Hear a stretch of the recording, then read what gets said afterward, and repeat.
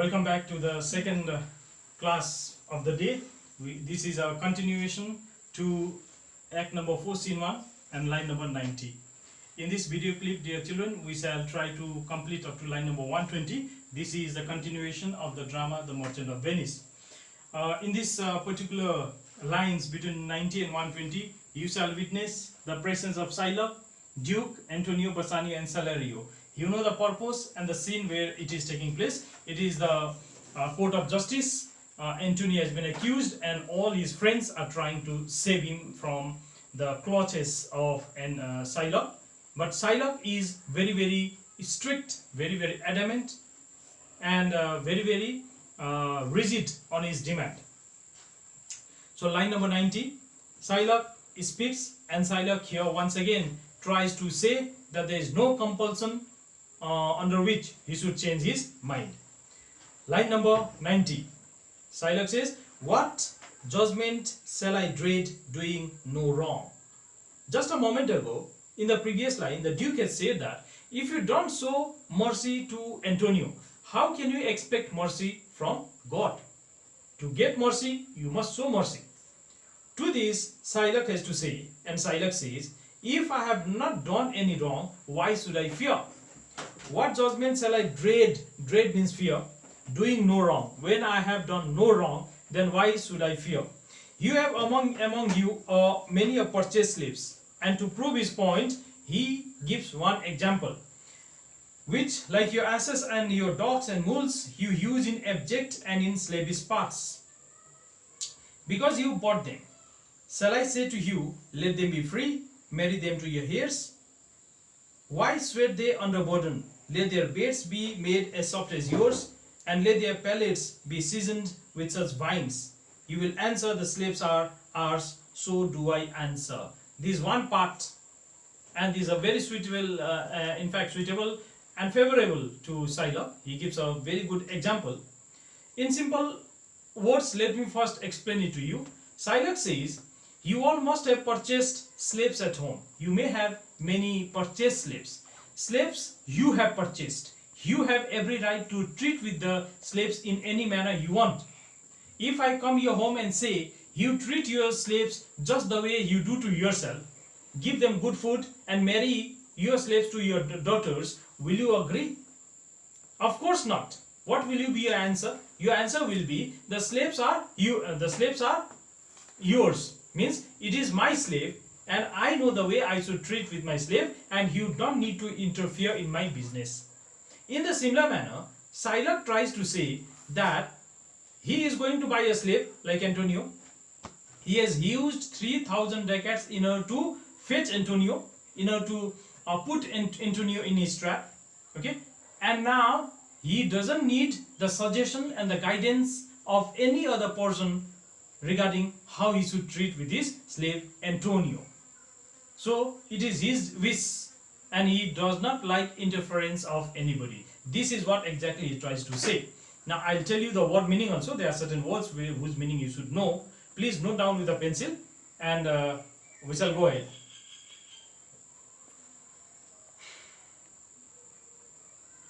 You have among you many a purchased slave. Those days the slaves were bought and sold in the market, which like your asses and your dogs and mules, you use in abject and in slavish parts. Abject means mean and degrading, not suitable for human being, mean and degrading. And slavish part means in very servile task, inhuman, very difficult.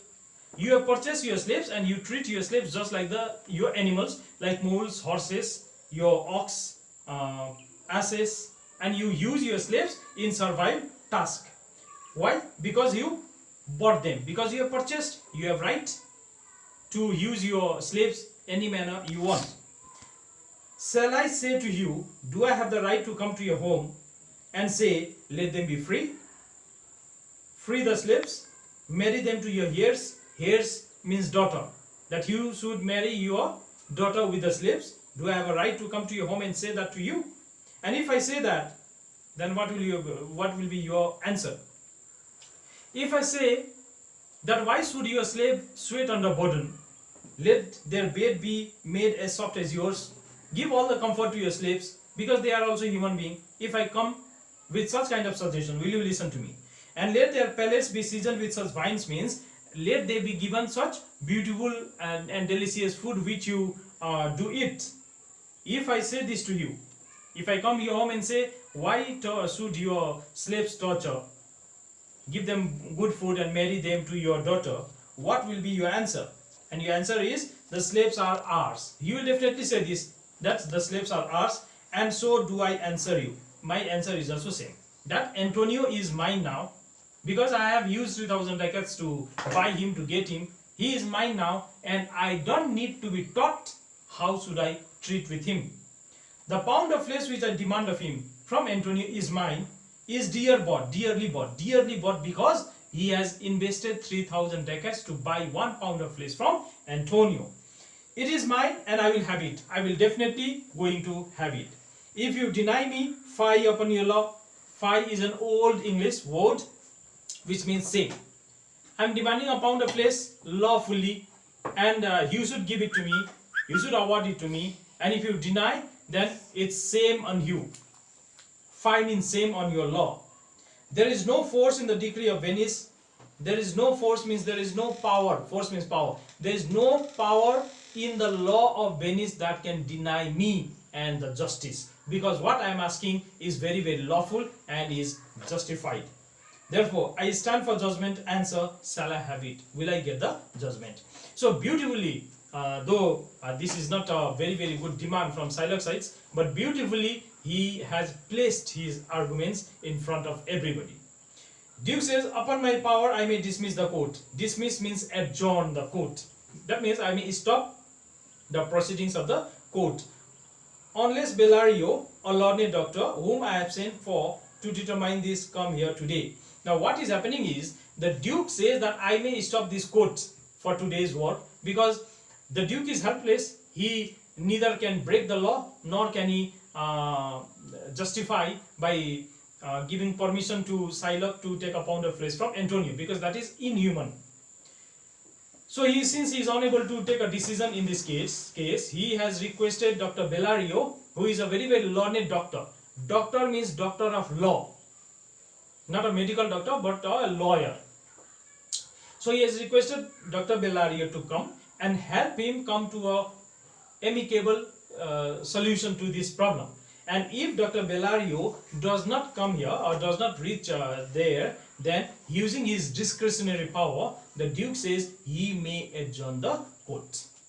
Salerio says, my lord, here stays without a messenger with letter from the doctor, new come from Padua. Just at that moment, somebody was standing there. Salerio says, my lord means Duke.